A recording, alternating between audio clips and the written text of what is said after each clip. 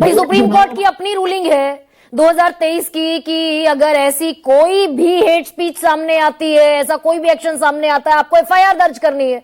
नहीं करोगे तो कंटेम्प्ट ऑफ कोर्ट माना जाएगा। भाई सुप्रीम कोर्ट इज साइलेंट।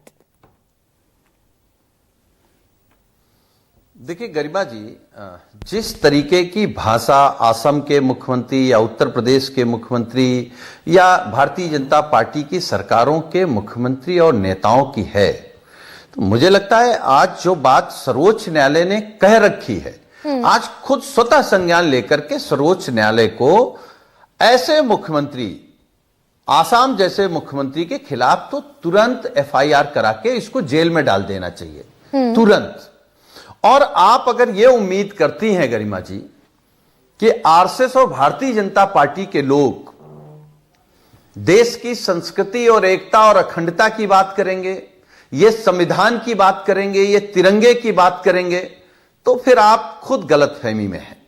जिनके पुरखों ने आजादी की लड़ाई में अंग्रेजों का साथ दिया हो, क्रांतिकारियों की मुखबिरी की हो, जो संविधान के पक्ष में कभी न रहे हों, जो आरक्षण के पक्ष में आज भी ना हो, जो तिरंगे के पक्ष में ना हो, आप उनसे उम्मीद करती हैं कि राष्ट्र की बात करेंगे, राष्ट्र की एकता की बात करेंगे? यह उम्मीद करना ही आरएसएस और बीजेपी से बेईमानी है। नहीं, ये पॉलिटिकल मामले से तो ऊपर है ना, जो अपना उनका एजेंडा है ना, ये मैंने आपका मान लिया भाई, पॉलिटिकल एजेंडा है, लेकिन बात तो दरअसल कॉन्स्टिट्यूशन की है। मध्य प्रदेश में विजय शाह ने कर्नल सोफिया कुरैशी को आतंकियों की बहन कहा। सुप्रीम कोर्ट ने कहा नथिंग डूइंग, एफआईआर करो। एफआईआर भी करने को राजी नहीं थी मध्य प्रदेश की सरकार। कोर्ट के इंटरफेरेंस के बाद एफआईआर हुई, कोर्ट ने एसआईटी बना दी। एसआईटी को आज तक राज्य सरकार ने इजाजत नहीं दी जांच करने की। तो दरअसल सुप्रीम कोर्ट भी क्या करे अब इसमें? देखिए गरिमा जी, मैं एक बात बहुत ईमानदारी से कह सकता हूं आपके कार्यक्रम में, यह सच है, यह देश संविधान से चल रहा है और आगे भी चलेगा। आरएसएस बीजेपी कितना प्रयास कर ले, इनके प्रयास का कुछ होना नहीं है। ये तो बेचारे ये भी चाहते थे ये देश आजाद ना हो, लेकिन आजाद हुआ ना।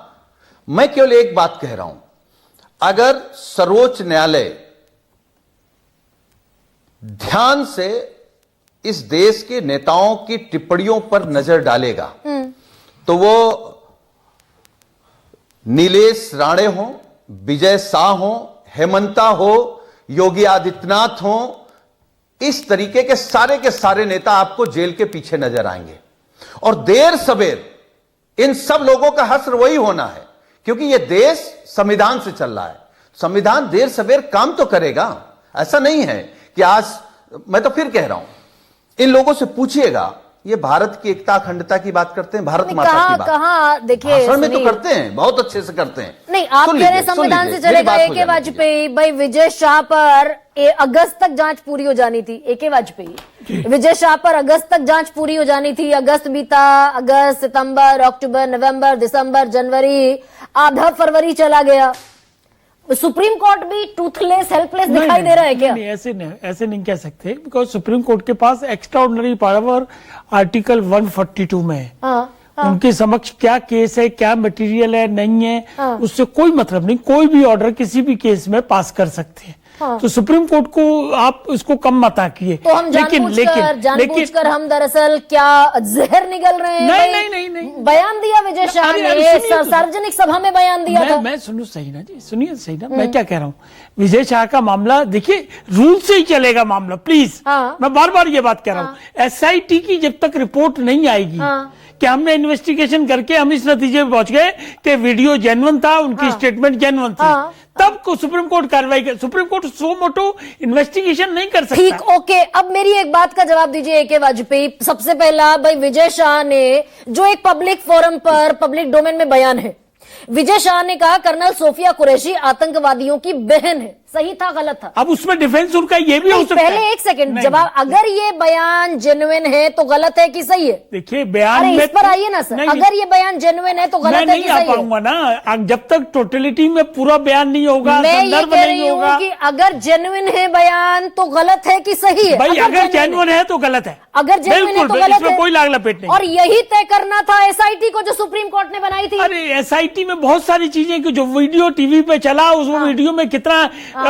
डुप्लीकेट है, मिलावट है, उसके अंदर नहीं है, वो जेन्युइनिटी है कि नहीं, वो सब चीजें देखी जाती है। ये कौन देखेगा? एसआईटी को देखना था ना। अरे सर, आप जवाब नहीं दे रहे। एसआईटी को देखना था ना। मैं जवाब दे रहा हूँ ना। हाँ। एक जरा सा केस होता है, सीएफएसएल रिपोर्ट आती है, हाँ। और उसमें 2-2, 3-3 साल लग जाते हैं। मैं ये कह रही हूँ, प्रैक्टिकलिटी। एक सेकेंड, मैंने मान लिया आपकी बात। ये केस दरअसल जेन्युइन था, इनजेन्युइन था वीडियो, ये किसको देखना था? एसआईटी को? सीएफएसएल?